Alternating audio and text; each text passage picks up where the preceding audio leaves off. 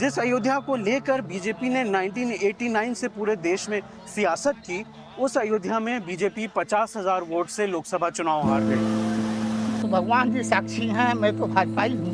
मेरे को कष्ट है ये हार गई है, लेकिन जो हमारे संग में छल किया गया उसकी परिणाम मिला। सरकार तो ये कह रही है कि दुकान के बदले दुकान मिल रही है। सरकार दुकान के बदले दुकान दे रही है, लेकिन 1 लाख रुपए दुकान तोड़ने का दे रही, 25 लाख रुपए ले रही दुकान लेने का।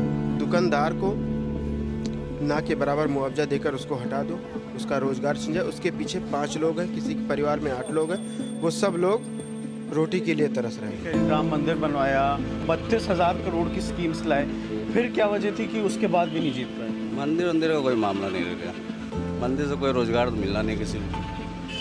जिस जमीन की कीमत हमको 56 लाख रुपए मिल रही थी, आज उस जमीन की कीमत नक्शे पर येलो कलर करके दे दिया गया है, कोई पूछने नहीं आ रहा है।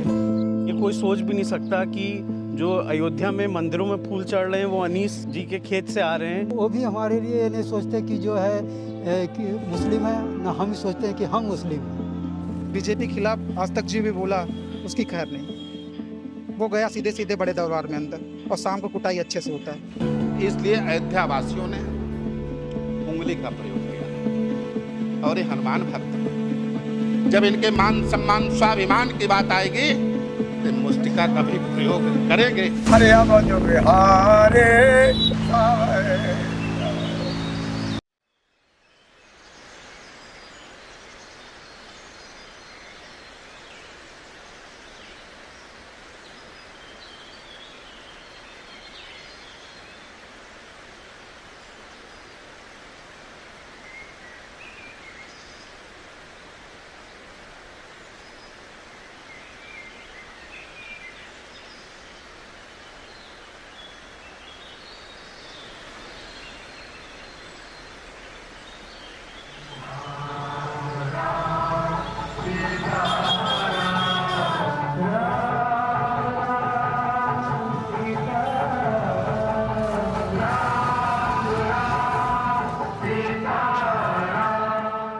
जिस अयोध्या को लेकर बीजेपी ने 1989 से पूरे देश में सियासत की, उस अयोध्या में बीजेपी 50,000 वोट से लोकसभा चुनाव हार गई।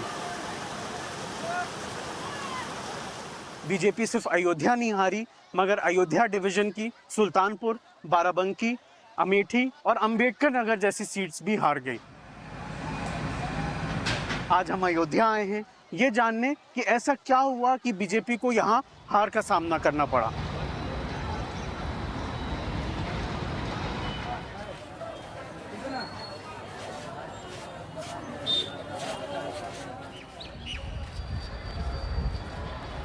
योगी सरकार ने यहाँ 4 पद बनाए: धर्म पथ, भक्ति पथ, राम जन्मभूमि पथ और राम पथ। इनमें सबसे लंबा राम पथ है जो 13 किलोमीटर है। इसको बनाने के लिए 2600 मकान और दुकान, 30 मंदिर, 9 मस्जिद और 6 मज़ारें तोड़ी गई। वहीं राम जन्मभूमि पथ और भक्ति पथ को बनाने के लिए 3600 मकान और दुकानें तोड़ी गई। दशरथ महल में से जब हमारा तोड़ा गया दुकान, तो प्रशासन ने कहा कि आप लोग दुकान को खाली कर दें, हम कहीं और आपको व्यवस्था करके बैठा देंगे। हम लोग कहे कि जब तक व्यवस्था नहीं करेंगे हम नहीं तोड़ेंगे। यहाँ तक कि एडीएम साहब कहे कि हम बुलडोजर लेकर गिरा देंगे। हमने कहा कि जो औकात हो तो लेकर अभी गिरा करके देख ले, और फिर आप देख लें कि हम एडीएम हैं और हम आम जनता हैं। हम योगी जी से भी मिलने के लिए कहे तो कहे कि किसी से तुम नहीं मिल पाओगे।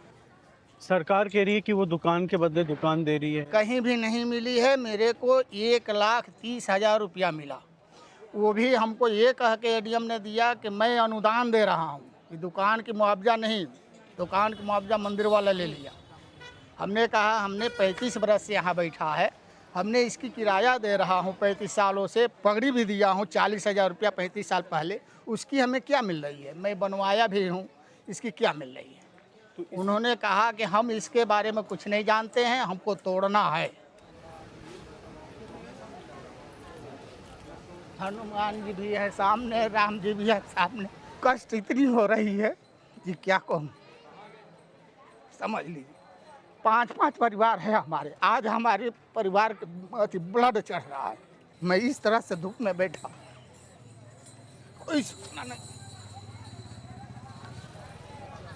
लेकिन सच कहिए तो भगवान जी साक्षी हैं, मैं तो भाजपाई हूँ, लेकिन भाजपाई के संग में इस तरह से हुआ है।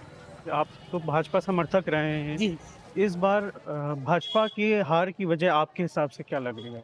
मेरे को कष्ट है, ये हार गई है, लेकिन ये भी कष्ट है कि जो हमारे संग में छल किया गया उसकी परिणाम मिला। राम जन्मभूमि बिल्कुल 20 मीटर की दूरी पर रामलला के मंदिर के पास मेरी थी दुकान, सन 80 से मेरी दुकान थी और यहीं पास में दुकान दिया जाएगा। ये डीएम साहब भी कहे, एडीएम साहब ने भी कहा था, वहाँ से 3 किलोमीटर दूरी पर हम लोग को टेढ़ी बाजार जो मेन चौराहा बनाया है उसको, कि वहाँ पे मॉल बना करके उसमें अब दुकान 18 लाख रुपए पे दे रहे हैं, वो भी लीज पे दे रहे हैं, 30 साल के लिए लीज पे। 30 साल बाद क्या करते क्या नहीं करते, वहाँ पर बोनी भी नहीं होनी है, बोनी तक नहीं होनी है, पूजा पाठ का घंटी मूर्ति आती है, वहाँ कैसे बिकेगा? हाँ, ये एक छोटा सा यहाँ पे अयोध्या में डेवलपमेंट था और रोड्स काफ़ी संकीर्ण थे और राम मंदिर का निर्माण होना था और यहाँ पे श्रद्धालुओं की संख्या के दृष्टिगत काफ़ी बड़ी संख्या में श्रद्धालुओं की आने की संभावना थी। इसके दृष्टिगत हम लोगों ने फ्यूचर को देखते हुए काफ़ी बड़े स्तर पे प्लानिंग किया और लैंड एक्विजिशन हम लोगों ने किया। जैसा कि मैं बताया कि हम लोगों ने अलग अलग प्रोजेक्ट्स के लिए राम पथ, भक्ति पथ, जन्मभूमि पथ, एयरपोर्ट के लिए लगभग 1253 करोड़ रुपया मुआवजा हम लोगों ने दिया और लैंड एक्विजिशन किया और उनको पुनर्वासित भी वहीं किया गया। ज़्यादातर 90% लोग वहीं पुनर्वासित हुए और उसके बाद जिनका पूर्ण विस्थापन था उसको हम लोग एडीए के द्वारा दुकान बनाए गए तो उसमें दिया गया और उसमें तो मिनिमम प्राइस पे उनको दुकानें आवंटित की गई। आपको यहाँ दुकान मिली है, टेढ़ी बाज़ार का चौराहा है और उसमें कॉम्प्लेक्स बनाया सरकार ने और ये 3 फ्लोर का लगभग कॉम्प्लेक्स है। तीसरे फ्लोर पर रेस्टोरेंट है, सेकंड पे डॉर्मेट्री है और बेसमेंट और अपर फर्स्ट पे शॉप्स बनी हुई।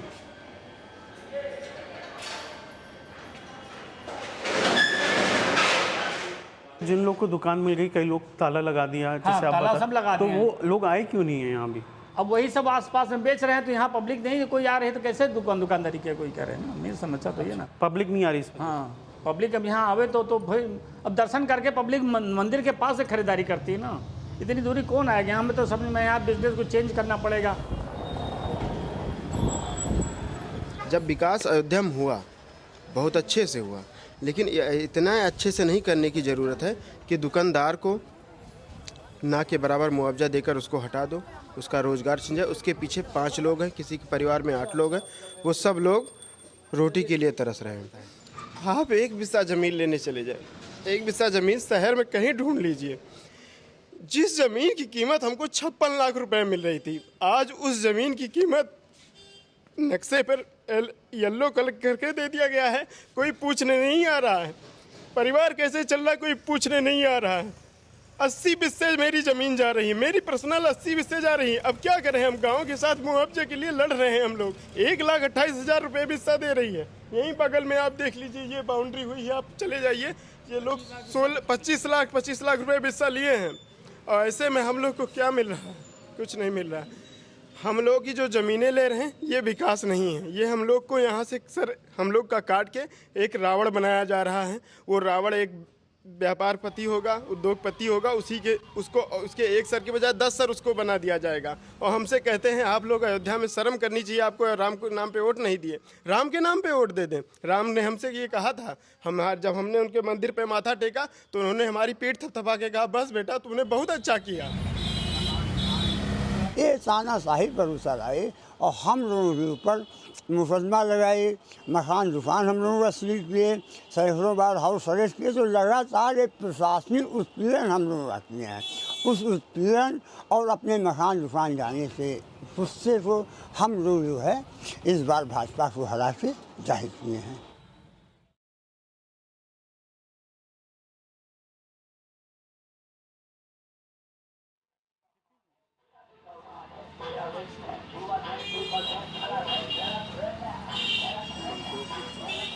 हमारी दुकान छोटे देवाली पे है, टूट गई दुकान। साधु समाज वहाँ का बनने नहीं दे रहा है।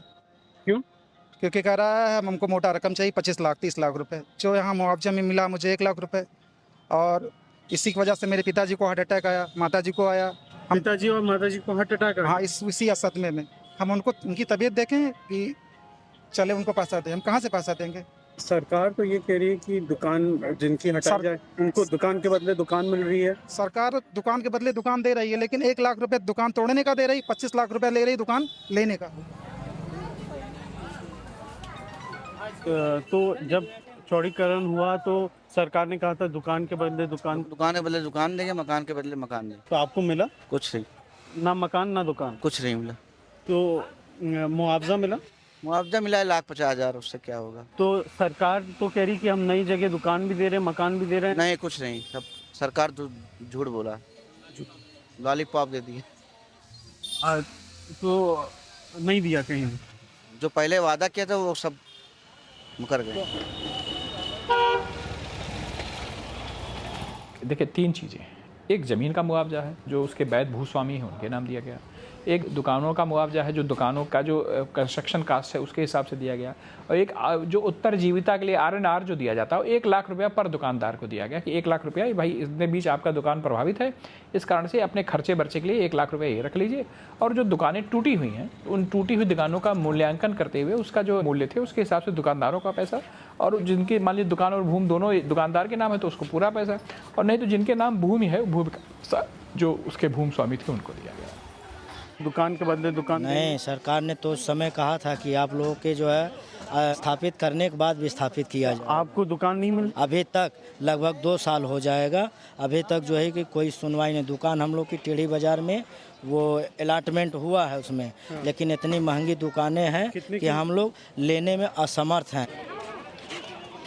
अच्छा, कुछ शॉपकीपर्स ये कह रहे हैं कि पहले कहा गया था कि पहले स्थापन होगा फिर विस्थापन होगा, पर ऐसा हुआ नहीं। नहीं, सभी को दिया गया है, और सबको जो दुकानें बनने में जो समय लगता है, दुकान बनने का समय था, उसके बाद उनको आवंटित किया गया है। आवंटित करने के बाद जो जैसा कि मैंने बताया कि उनको इंस्टॉलमेंट की व्यवस्था भी कर दी गई है। उनको पहले से ही मतलब 1 साल पहले ही सबको आवंटित कर दिया गया, और हम लोगों ने प्रेस विज्ञप्ति भी निकाली थी, और यहाँ ट्रांसपेरेंट तरीके से हॉल में जाके एक लॉटरी माध्यम से लोगों का आवंटन भी किया गया।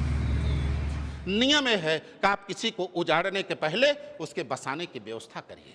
आप किसी का घर तोड़ने से पहले उसका नया घर बना करके आप दीजिए। नीति ये कहती है, संविधान ये कहता है, पर यहाँ ऐसा नहीं हुआ। यहाँ तो उनका मकान भी तोड़ दिया गया और बदले में उनको मुआवजा भी नहीं दिया गया।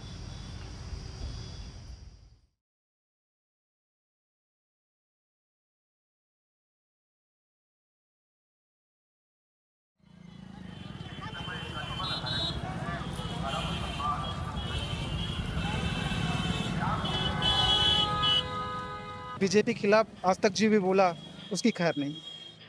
वो गया सीधे सीधे बड़े दरबार में अंदर, और शाम को कुटाई अच्छे से होता है, इसलिए कोई बोलने को तैयार नहीं होगा। ये सुनना नहीं चाहे, लोगों से वार्ता नहीं करना चाहे, लोगों की जानकारी नहीं इन्होंने जुटा पाए, और जो पीड़ित जाते थे बात नहीं सुनते थे, टाल देते थे, नकार देते थे, लौटा देते थे, इनकार कर देते थे। तो इतना ज़बरदस्ती कौन भैया वोट, जब लोग दौड़े दौड़े भागे भागे वहाँ पर पहुँचे, कहीं सांसद जी कहीं हाँ बताइए, तो कहीं कि ऐसा है कि देखिए हमको पैसा, कहीं जो हो रहा, आप लोग जाइए, आप लोग अपना काम करिए, 10-20 हज़ार वोट से कोई फ़र्क नहीं पड़ता। जो अयोध्या में विकास का जो सबसे महत्वपूर्ण बात रही है कि इसमें अधिकांश प्रोजेक्ट है 100% सहमति के आधार पर हुआ है। यहाँ तक कि आपको एयरपोर्ट के जो ज़मीन है उसमें 93% लोगों ने सहमति दी, केवल 7% के लिए हम लोगों ने एक्विजिशन का सहारा लिया है। प्रशासन आती है तो गाली देती है, तुरंत उठाओ नहीं तो मैं ये कर दूंगा, फेंक दूंगा, तुम्हारा ये कर दूंगा। मैं कि आपकी इच्छा। तो जो प्रवर्तन दल नगर निगम वाले आते हैं वो क्या परेशान करते हैं? परेशान करते हैं, कहते हैं दुकान नहीं लगेगी, रोड के किनारे हम दुकान नहीं लगने देंगे। ज़बरदस्ती करने पे कहते हैं कि हम सामान उठा ले जाएंगे। कई बार तो लोगों को उठा भी ले गए हैं, उल्टा सीधा बोलते भी हैं, गाली भी देते हैं, कभी कभी डंडा भी उठा लेते हैं। फिर सामान कैसे मिलता है वापस जाते हैं तो उसका कुछ जुर्माना भर करके लेकर के आते। क्या जुर्माना होता है? कभी 500 लेते हैं, कभी 1000 लेते हैं, कभी 700 लेती हैं। देखिए, एक अतिक्रमण हटाने के लिए नगर निगम से ही प्रवर्तन दल होता है जो वहाँ पे कार्यरत रहता है। जो अयोध्या आवागमन है या जो तीर्थयात्री आ रहे हैं उनका आवागमन सुचारू रूप से चले, ये भी तो आवश्यक है जी। तो उसको कभी कभी रेगुलराइज करते हैं हम लोग, ऐसा नहीं है। तो ये जो ये डर लोगों के अंदर था वो एक आक्रोश के रूप में बदला और यही कारण है कि अयोध्या विधानसभा में जहां से सबसे ज़्यादा लीड लेती थी भारतीय जनता पार्टी, वहां उसको सिर्फ 4000 लीड मिली और दूसरी विधानसभाओं में उसको लीड ही नहीं मिली। अयोध्या में नया राम मंदिर बन गया, आसपास के इलाके भी जगमग हो गए। चौड़ी सड़कें, एक कलर के मकान और सड़कों पर श्रद्धालुओं की भीड़। मगर अयोध्या के आसपास ये रौनक नहीं पहुंची।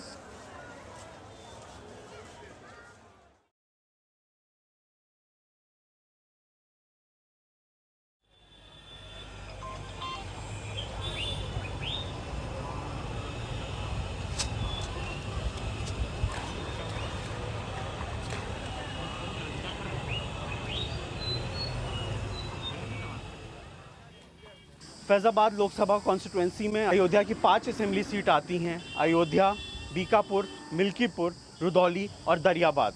योगी आदित्यनाथ सरकार अयोध्या की सीट पर तो 32,000 करोड़ की स्कीम ज़रूर लाई, मगर आसपास रहने वाले लोगों का कहना है कि उनके यहाँ कोई विकास नहीं हुआ। तो क्या क्या मिल जाता है यहाँ?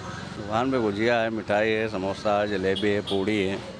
अयोध्या सीट पर बहुत फोकस कर रही थी कि राम मंदिर बनवाया और कह रहे हम बड़ी बड़ी स्कीम्स लाएं, 32,000 करोड़ की स्कीम्स लाए। फिर क्या वजह थी कि उसके बाद भी नहीं जीत पाए? मंदिर का कोई मामला नहीं रह गया। मंदिर से कोई रोज़गार तो मिलना नहीं किसी को, तो मंदिर का क्या मामला है? आदमी को चाहिए रोज़गार, जो परेशानी है वो परेशानी दूर होना चाहिए। ये सब चाहिए, काम धंधा चाहिए, बाकी ना मंदिर ना मस्जिद। यहाँ पे नाराजगी पीएम मोदी, सीएम योगी से भी है या लल्लू सिंह से? काम नज़र नहीं आया तो जनता नाराज रहेगी ना।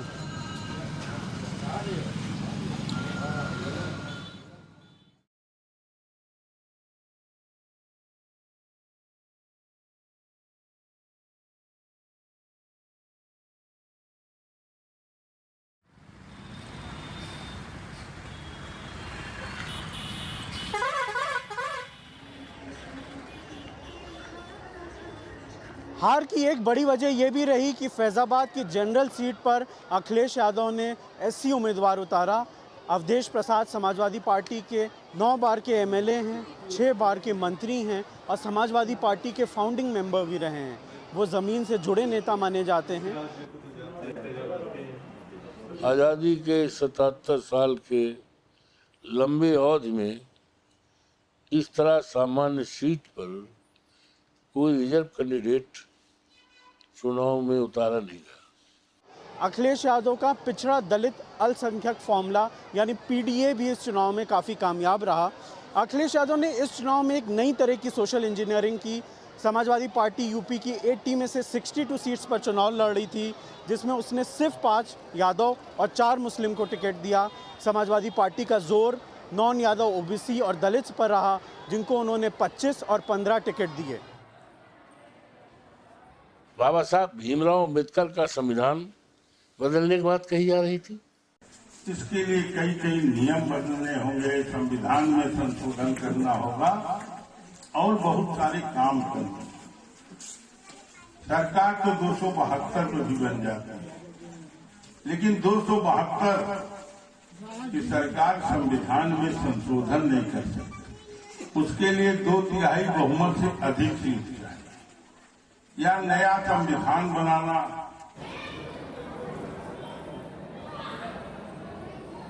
तो सबको फंडामेंटल राइट्स दिए गए हैं, मूलाधिकार दिए गए हैं। अरे भाई, संविधान में अब कोई बदलने की हिम्मत करेगा तो हमारे जैसे करोड़ों करोड़ों करोड़ों लोग कुर्बान हो जाएंगे।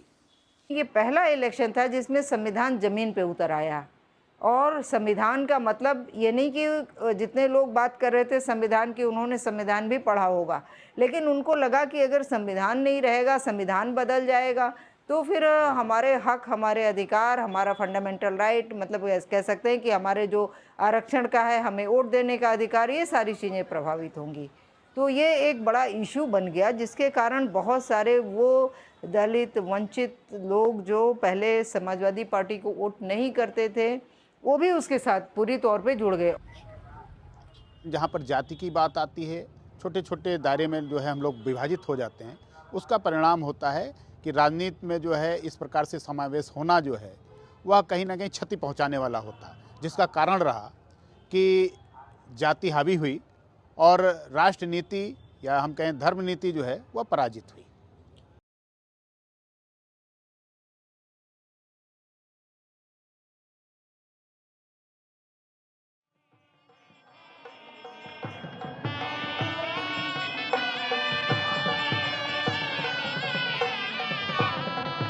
मर्यादा पुरुषोत्तम भगवान श्री राम के नाम पे पूरे हिंदुस्तान में बीजेपी आज तक राजनीति किया। राम के नाम पे इस बार भी ये लोग चाहते थे कि बेड़ा पार हो जाए और मर्यादा पुरुषोत्तम भगवान श्री राम के अधूरे मंदिर का निर्माण करके, और बीजेपी चाहती थी कि पुनः मैं प्रचंड बहुमत में आ जाऊंगा, लेकिन मर्यादा पुरुषोत्तम भगवान ने बता दिया और दिखा दिया कि देखो राम सबके हैं, रोम रोम में है। इस चुनाव को जीतने के लिए दुनिया की सारी ताकत भारतीय जनता पार्टी ने लगा दी और देश और दुनिया को यहाँ तक मैसेज दिया कि हमने मंदिर बनवाया है। तो मंदिर इन्होंने नहीं बनवाया, मंदिर तो भाई सुप्रीम कोर्ट के आदेश से, माननीय उच्चतम न्यायालय के आदेश से बना है। इतनी भीड़ हुई मंदिर बनने प्राण प्रतिष्ठा की बात कि अपार भीड़ हुई। ऐसा मालूम पड़ता था कि राम भक्तों की जो यह दर्शन करने के लोग आते हैं वह अब बीजेपी को समर्पित है, ऐसा लगता था। लेकिन वो बीजेपी को नहीं समर्पित थे भगवान राम के प्रति। उससे बड़ी बात बोल गए ये लोग कि भगवान राम को बुलाए हैं, तो राम के लाने वाले ये लोग नहीं हैं। राम तो बहुत पहले आए हैं, रामायण में राम की चर्चा है। बीजेपी के राम जो हैं वो पॉलिटिकल राम हैं कि जो कहते हैं भय बिन होय न प्रीति। उनका सिंबल अब तक के जितने भी आप उनके फोटोग्राफ देखेंगे जो आंदोलन के दौर से हम लोगों ने देखे हैं कि उनका सिंबल है भय बिन होय न प्रीति। तो उनके राम जो है डराने वाले हैं, लेकिन बाकी के राम जो हैं वो अपने हृदय में रखने वाले हैं, जो आत्मसात करने वाले हैं।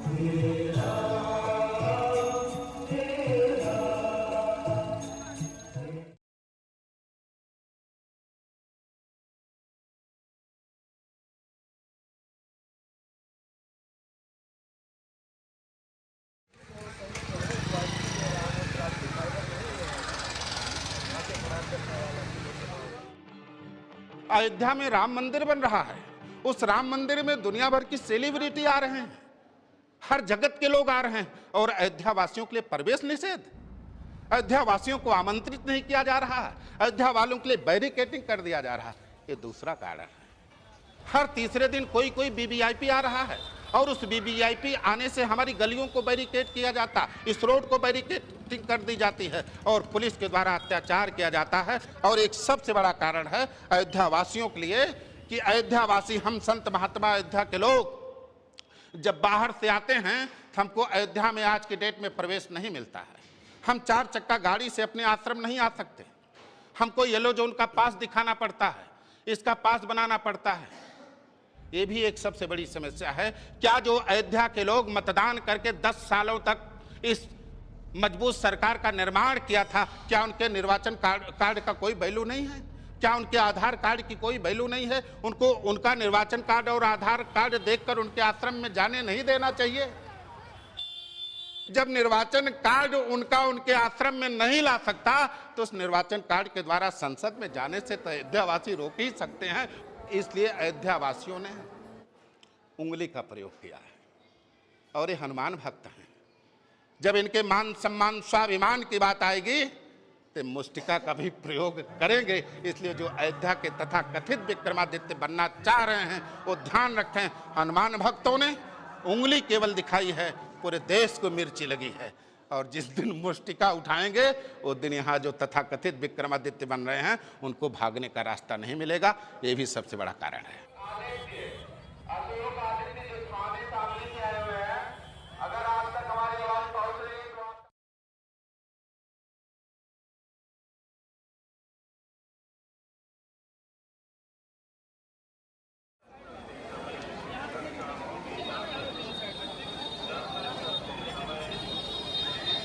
12 बूथ हैं एरो सिटी के मामले में, हमने 11 बूथों पे समाजवादी को जिता के भेजा है। सिर्फ इसीलिए कि जब लल्लू सिंह के सामने हम पहुंचे थे तो उन्होंने कहा था हमें 5 गांव के वोट नहीं चाहिए। उन्होंने डायरेक्ट यही कहा था कि 5 गांव का वोट नहीं चाहिए। हम जनता नहीं है, हमारी जमीनें नहीं, हमारा घर परिवार नहीं है, हम कहाँ से लेके आए खरीद के। हम दोबारा अगर इस शहर के किनारे बसना चाहेंगे तो जो पैसा मुआवजा दे रहे हैं आप जोड़ लीजिएगा भैया, 80 हिस्से का कितना मिल जाएगा? 1 करोड़ रुपए हम लोग नहीं पहुंच रहे हैं। ऐसी स्थिति इलाके खड़ा कर दिए हैं। भाई बता रहा है कि हम लोग लल्लू सिंह जी के यहाँ गए। लल्लू सिंह पहली बात तो हमारे यहाँ जब से सांसद हुए हैं तब से एक बार भी आए नहीं हैं। और उस दिन जब हम इन लोगों के यहाँ गए थे एरो सिटी का मामला लेके, तो हम लोग उनका यहाँ 1.5 घंटा उनके यहाँ आवास पे उनका इंतज़ार किए। 1.5 घंटे बाद वो निकले पान चबाते हुए, तो उन्होंने कुछ गलत वर्ड बोल दिया। गलत वर्ड उनका ये था, हम लोगों की बात सुनने के बाद में हम लोगों को बात सुनने में आई कि हम हर बार इतने वोटों से जीतते थे, अगर इस बार 5 गांव के लोग हमें वोट नहीं देंगे तो कोई फ़र्क नहीं पड़ेगा। तो फ़र्क यही दिख रहा है उनको।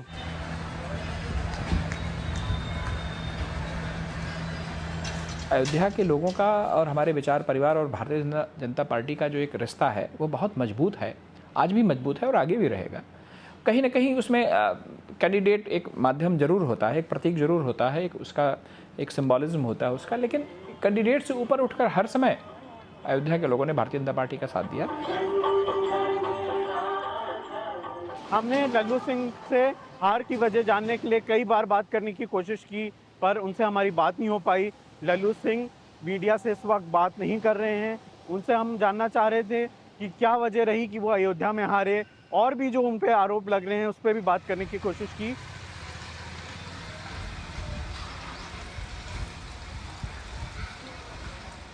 फैज़ाबाद में बीजेपी की हार को लेकर लोग सोशल मीडिया पर अयोध्या के लोगों पर तीखे हमले कर रहे हैं, पर अयोध्या वैसी नहीं है जैसा आपको सोशल मीडिया पर दिखाया गया।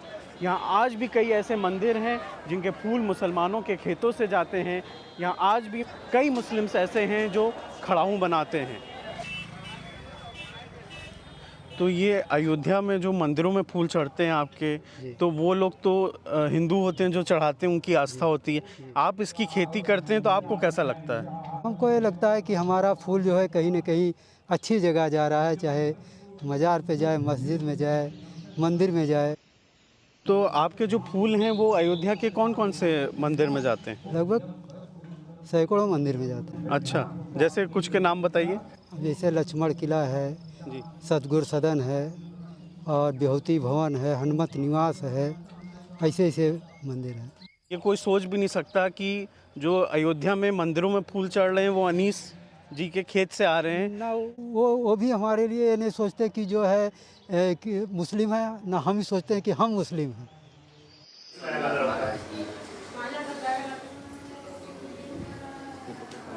यहाँ राम मंदिर से 500 मीटर दूर एक मस्जिद को हनुमानगढ़ी के एक महंत ने रिपेयर कराया, क्योंकि वहाँ नमाज पढ़नी ना बंद हो।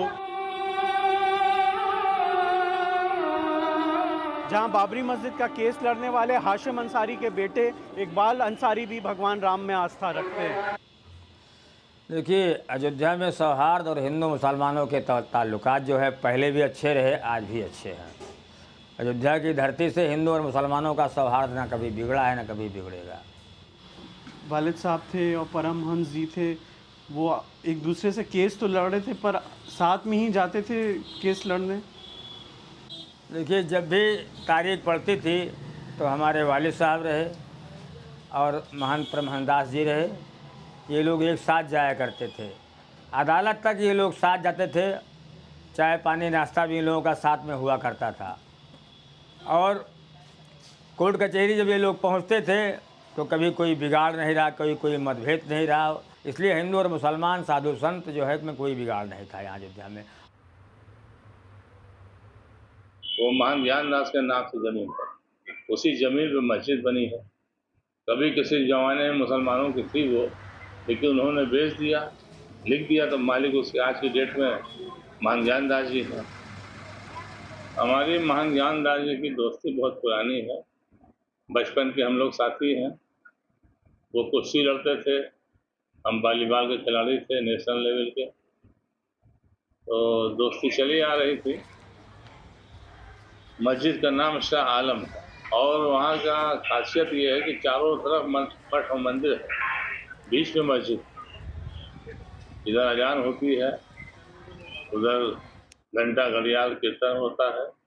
लेकिन हिंदू मुस्लिम एकता इतनी अच्छी रही यहाँ, कभी आपस में कोई भेदभाव नहीं रहा।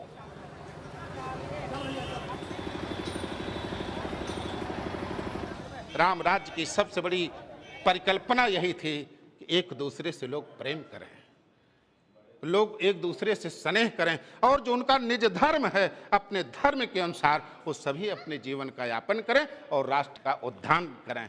यद्यपि ऐसा हो नहीं रहा है। राम राज्य की परिकल्पना हमारे नेताओं ने की, पर अभी तक राम राज्य चरितार्थ नहीं हो पाया। नागरिया हरिया बंधु बिहारे सावरिया